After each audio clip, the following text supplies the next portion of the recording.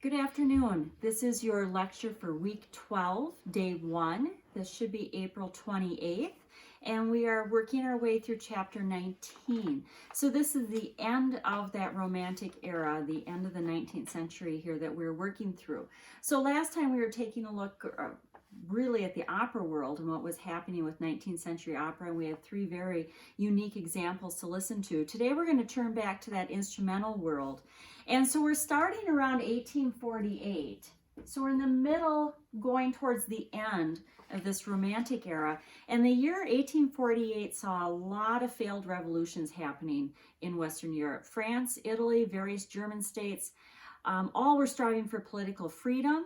That political freedom, you'll remember when we started talking about this Romantic movement, so that the Romantic artists very much were for freedom of speech, political freedom. They were fighting for that in their works, whether it was in plots of their works, of their operas, of their programmatic works, or just in their own values. Their personal expression was leaning towards more freedom, and we're moving away from that with all these failed revolutions. Freedom was an ideal that they thought helped propel society, propel music, propel the arts into the future. You'll remember that Beethoven was a great enthusiastic supporter of Napoleon at first. So the failure of the revolution, in some ways, I think helps this Romantic movement start to die out, or the aspirations move it forward in a lot of ways with nationalism and exoticism and realism. Those are all ideas that we talked about with opera, and we'll talk about them again as we're looking at instrumental pieces here today. Also in 1848, in the music world, it's the death of Schumann, of Chopin, of Mendelssohn, some of these great Romantic composers, especially of those miniature works that we talked about a few class periods ago. Wagner was a product of the revolution. He was, remember, he was exiled away for a while because of his political ideas that he had in his works. That's when he was working on the Ring. And so by the time he comes back in 1850s, he starts to very much dominate the scene then. So during the second half of this century, these powerful forces are shaping European music and culture. And in that, we see further development of nationalism and exoticism. So these terms, as I said, we mentioned them with opera. We're going to look at how they are being portrayed in instrumental music today. So they are promoting new styles. They're more distinctive styles. Wagner very much was using German folk songs, German ideas, mythology in his works. The French and Italian and German operas often are reflecting the political agendas of the time in their plots. You've got Eastern European countries such as Czechoslovakia, Russia, trying to promote their own identity, trying to hang on to their own identity. They use folk songs, dances, legends, the history of their homeland. There's a fascination with their national identity that led these composers to try to put these materials into their work. On the other hand, with exoticism, you have composers that are fascinated with all of these nationalistic ideas of countries that aren't their own. In particular, there was great fascination in the Asian style, Asian rhythms, instruments, the scale. Remember the scale that we saw used, we talked about this in Madame Butterfly, was a pentatonic scale, which is on the piano all black key. It gives a little bit different sound, a little bit different sound than our diatonic scale does. So Bizet, who wrote an Carmen, set in Spain. Puccini, the Madame Butterfly opera that we looked at in Italian, whose the opera was set in Japan. So they keep their romantic attraction of ideas and sound and program music and story and being picturesque and mysterious, but they employ other cultures to help tell their story. We also talked about realism,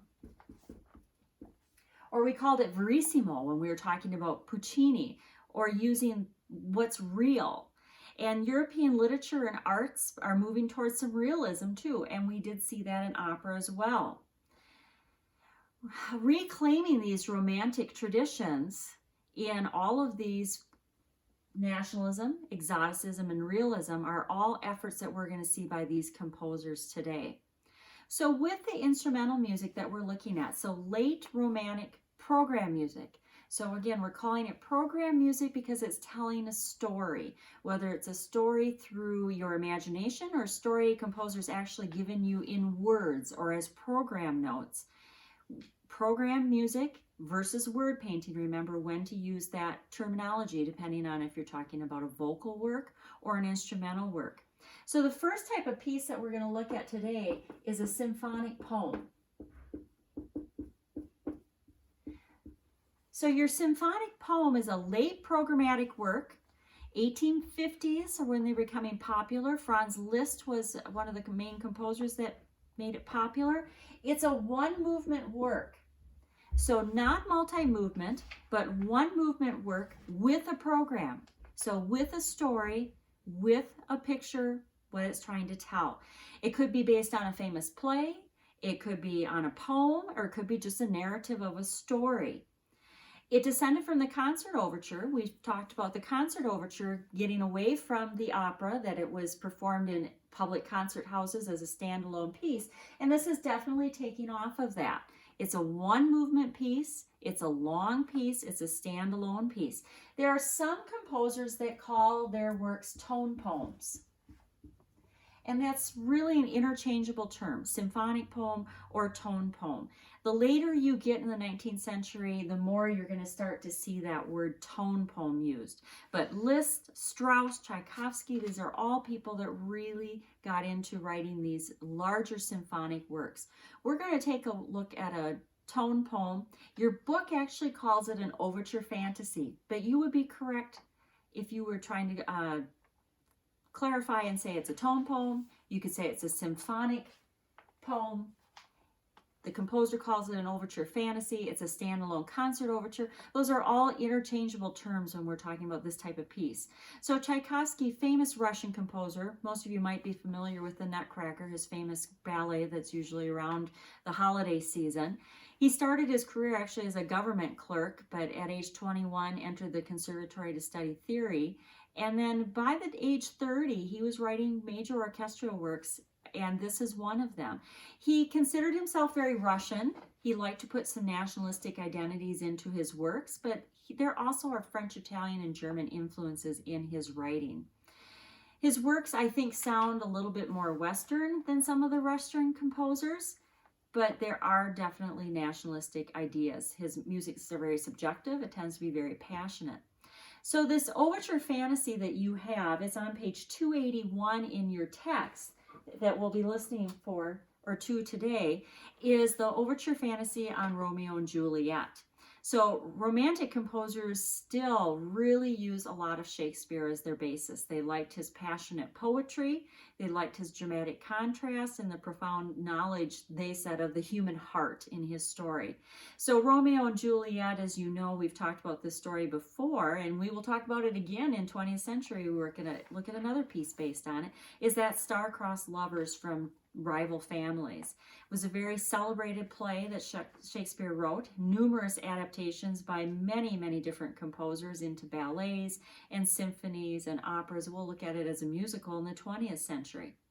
So your concert overture, this follows your typical form being one movement, and it tends to be sonata allegro form. So sonata allegro form, remember, follows that exposition, development, and recapitulation.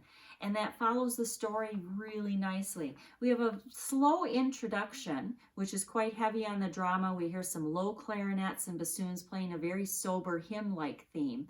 And that's supposed to be the Friar Lawrence, who's the narrator of the tale. Friar Lawrence is the person who actually marries Romeo and Juliet and is trying to stop the feud and is the confidant or advisor to Romeo. Then it moves into a faster allegro section. That's where we would say that the exposition is starting. And we've got two themes that come back that tell the story. So like that leitmotif, you can hear the story through the themes. And your vendetta theme, yum ba-da-dum, ba-da-dum, ba-bum, it's very short, it's very vigorous, it's got a lot of rhythmic motives to it, it's got syncopation, some sudden dynamics in it. That is the vendetta theme. That's the rival between the two families. That changes, and we're introduced to that second theme. Again, that's an expected part of that exposition form of sonata allegro form.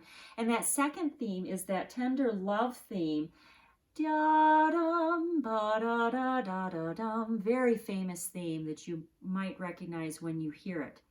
The development, then we can hear the themes being worked, we can hear the friar, the narrative brought in there, and then it goes into a recapitulation. So very much what we would expect to hear out of sonata allegro form. I'll start just a bit of it for us.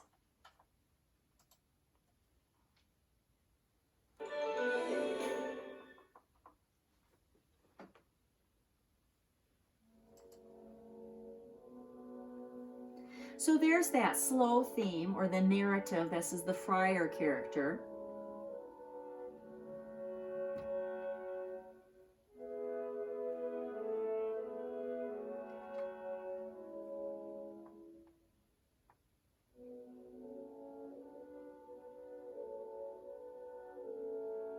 So as you're listening, I'll give you some more precise timings.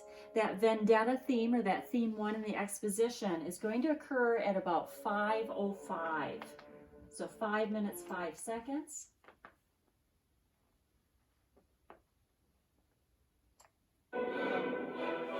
There's that vendetta theme.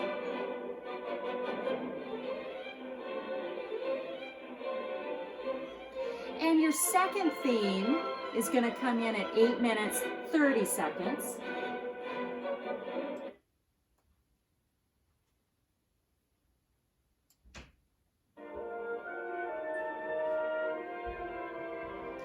So there's that very famous Romeo and Juliet theme.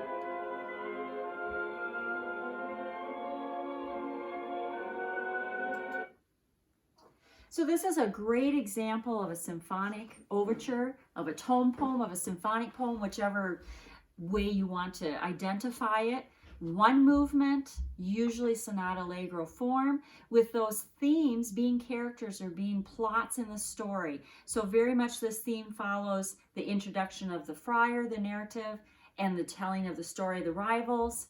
The first theme with the vendetta, the second theme, the love theme of Romeo and Juliet falling in love, and then it goes into the development or the actual story, and then the recapitulation, which is the love theme then at the end, which is broken and slower and showing them united in death. So very much following what you would consider the plot of a good book to be. Your text on 281 has an excellent way to follow this through. As I said, I gave you a little more precise timings there on the vendetta theme and the love theme, hopefully to help you. But you're going to notice that this is a beautiful piece, and I think a great example of a programmatic symphonic poem.